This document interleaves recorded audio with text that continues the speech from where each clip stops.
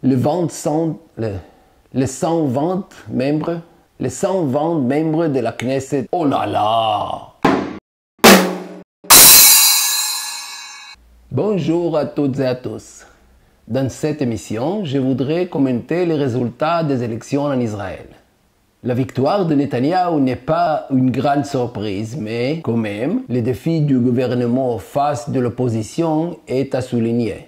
Le bloc de partis qui soutient Netanyahou a gagné 64 mandats, alors que le bloc de l'opposition en a, de son côté, récolté 51.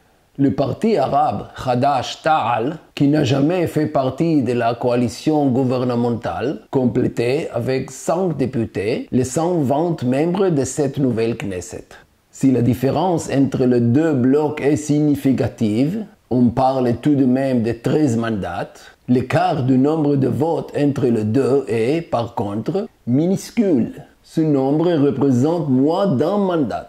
Dans ce schéma, si Hadash est retiré, on constate que l'écart est de 13 mandats entre les deux blocs. La raison pour laquelle le bloc de droite, avec les ultra-religions, a remporté ces élections tient à sa excellente organisation versus une mauvaise organisation du bloc plus libéral.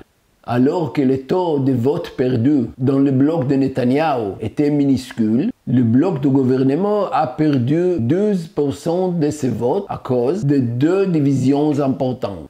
Le parti arabe Balad s'est représenté séparément du parti Hadash Ta'al et n'a pas réussi à entrer dans la Knesset. De façon analogue, le parti de la gauche sioniste Meretz s'est, lui aussi, présenté seul à cause du refus du parti travailliste de faire liste commune. Meretz ne rentrera donc pas dans cette Knesset.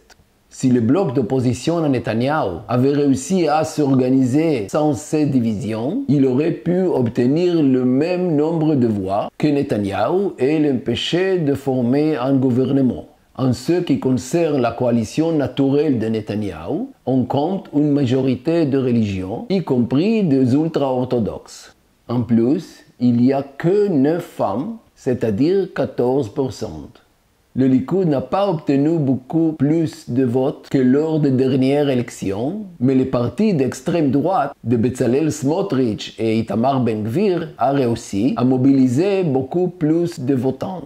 Ben-Gvir, que je vous ai présenté dans ma première édition, apparaît comme le grand gagnant de cette élection. En avril 2021, leur parti avait reçu le suffrage d'environ 225 500 votants, alors que le scrutin de la semaine dernière indique que plus de 516 000 Israéliens ont voté pour lui. C'est plus que le double.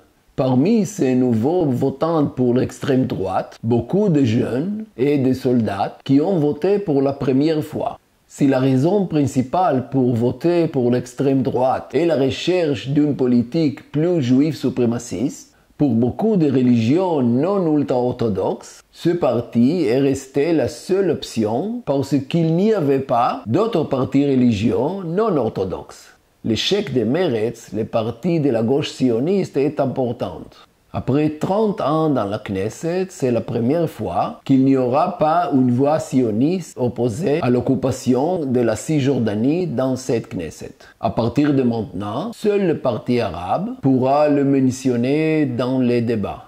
Ce vide va peut-être, espérons-le, ouvrir le chemin pour d'autres types de luttes plus claires en dehors de la Knesset contre l'occupation. De façon similaire, près de 140 000 personnes ont voté pour le parti arabe Balad, mais restent dans représentation dans le Parlement. C'est alors une opportunité à réfléchir à la participation dans les élections. Il y a quelques jours, j'ai rencontré Sami Abu Shhadeh, le leader de Balad, pour discuter l'idée de boycotter les élections.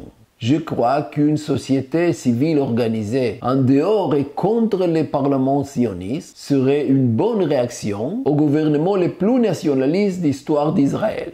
Vous voulez savoir à quel point cette coalition est-elle nationaliste et raciste? Voici une petite sélection de nouvelles propositions faites par des membres de cette coalition. le désormais fameux Ben Gvir, veut que les juges soient soumis aux politiciens. אני מאמין שבסופו של דבר עם פוליטיקאים ימנו שופטים וצריך להכניס עוד פוליטיקאים לוועדה למינוי שופטים. Il veut aussi que les policiers et les soldats soient exemptés de peine dans tous les cas.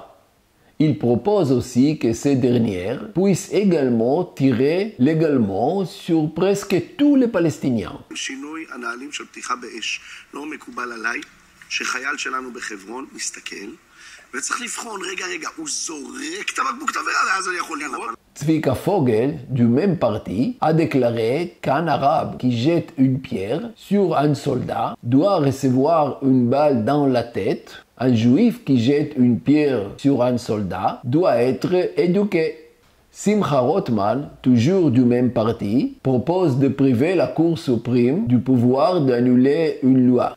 אני נגד בית משפט שעושה את זה באמצעות ביטול חוקים. Dans cette affaire, de nombreux membres de la coalition de droite ont l'intention de promulguer un projet de loi qui signifie qu'à chaque fois que la Cour suprême rejette une loi, une majorité simple à la Knesset puisse la voter à nouveau sans l'intervention du tribunal. Au sein même du Likoud, des voix se font déjà entendre contre l'autorité de la Cour suprême. Voici par exemple ce qu'en dit Yoav Kish. הרשות השופטת עושה מה שהיא רוצה, מפרשת את החוק איך שהיא רוצה, מבטלת חוקים, דברים שאנחנו לא רואים בדמוקרטיות אחרות. Tali Gottlieb, avocate membre du Likoud, affirme que la Cour suprême n'a pas le pouvoir d'annuler les lois et qu'on lui demande si la Cour suprême décide d'annuler une loi, voici ce qu'elle répond. בית המשפט ביטל החוק, מה את עושה אחרי זה? לא מחבר. מה שבא לה. Pardon? לא מחבר. מה שבא לה. Oh là là! Aussi surprenant que cela puisse paraître, ce genre de proposition ne facilite pas les tâches de Netanyahou. Contrairement à l'image qu'il a réussi à se créer, il est conservateur. Il a peur de pression internationale. Il est finalement à l'aise dans une sorte de statu quo.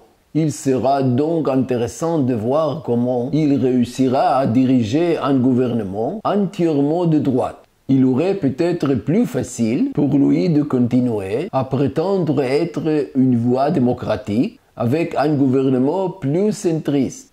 Nous continuerons à suivre tout cela de près, bien sûr. J'espère que vous continuerez également à nous suivre. Merci à celles et ceux qui ont décidé de soutenir The Colonizer depuis plusieurs années ou depuis la semaine dernière. Nous avons besoin de vous pour continuer ce travail. À bientôt!